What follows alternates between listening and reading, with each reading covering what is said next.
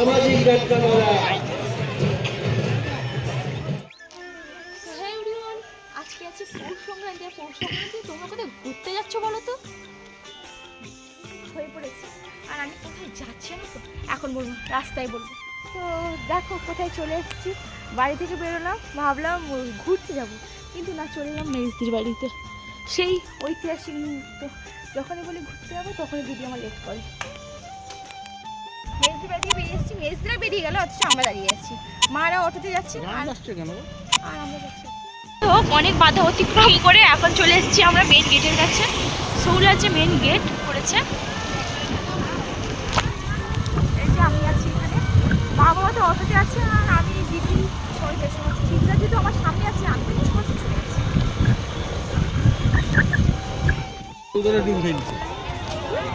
আমি চৌদ্দটা দিন খেয়েছি। দেখো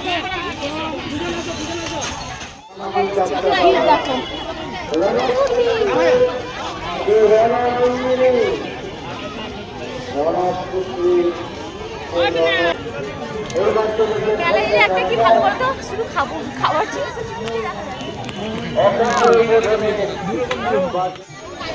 যে আবেগ, যে বিশ্বাস বোঝায় নিশ্চিত।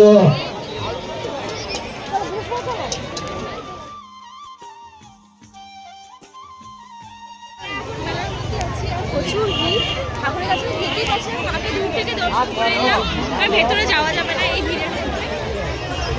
কেউ ঠেলে দিলে তো যাবে সে না, যাওয়া যাবে কি বলতো, ভেতরে প্রচুর ভিড়, প্রচুর ভিড়, যাওয়া যাবে। বাবা, আমার বাবাকে দেখো, মাননীয় নির্মল বাণী, মাননীয় নির্মল বাণী, আপনি যে কাজের জন্য পাওয়া গেছে, আপনি চলে আসুন। নির্মল কুমার বাণী, নির্মল কুমার বাণী, আপনি যে কাজের জন্য গিয়েছিলেন ফিরে আসুন। আমাদের কাজ হয়ে গেছে, আপনি এখনো আসলে বলে আমাদের সমস্যা মিটে যাবে। বুদ্ধদেব গোলাই, বুদ্ধদেব গোলাই কি জোরে মেরেছে। 13 বছরের বুদ্ধদেব গোলাই সমাজ।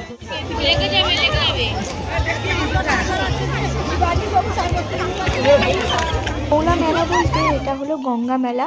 তো এখানে গঙ্গা মেলা তো হচ্ছে, মন্দির আছে সেখানে মেলা হচ্ছে, আর পেছনেও একটা মন্দির আছে, সেটাও গঙ্গা ঠাকুরের মন্দির, সেখানেও মেলা বসে, বাট সেটা হলো শ্মশান এরিয়া পুরো, তাই ওখানে যেতে আমার একটু ভয় লাগে। আর এটা হলো বাদামের কিছু একটা জিনিস, যেটা আমার বাবু মশাই খেতে আবার খুব ভালো আসে, তাই তিনি নিলেন। আপনি যেখানে থাকুন মন্দিরের কাছে, আমাদের অফিসের সামনে চলে আসুন।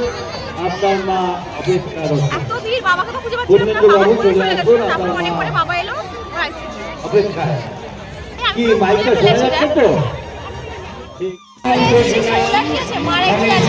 মায়ের আরতি হচ্ছে, গঙ্গা মায়ের আরতি হচ্ছে,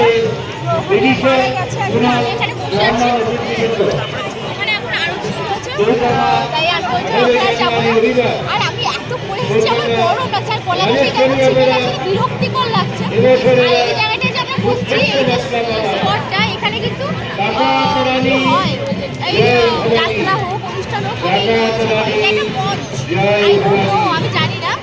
আর এটা খুব সুন্দর একটা মঞ্চ মতন আছে।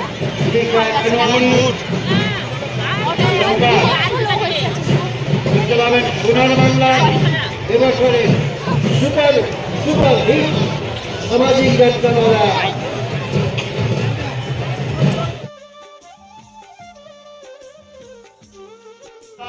তার শেষ বাস থেকে দক্ষিণ দিকে যাওয়ার রাস্তায় অনেক দোকানদার বন্ধু সুন্দরভাবে দোকান বসিয়ে রেখেছেন।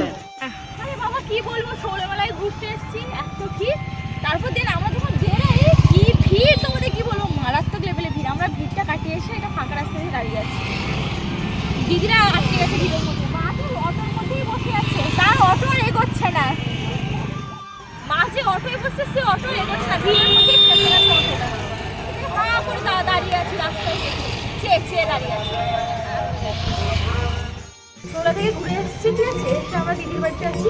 আর এটা হলো দিদিদের ঘরে কুকুর লালু, ঠিক আছে। জামাইবাবু যাচ্ছে বলে সে একে যেতে দেবে না, তাই একে ঝুড়ি বেলা থেকে নিয়ে আসে, ঝুড়ি ওকে খেতে দিয়েছে, ও খাচ্ছে।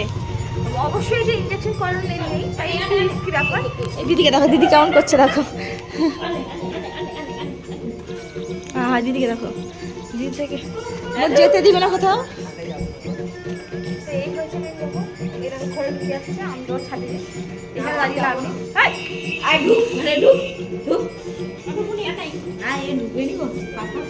দেখো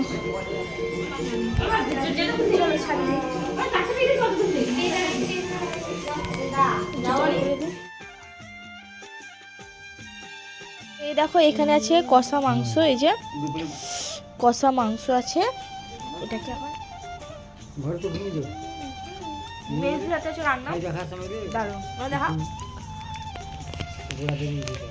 এই যে দেখা যাচ্ছে ফোনে, গরমে কষা মাংস।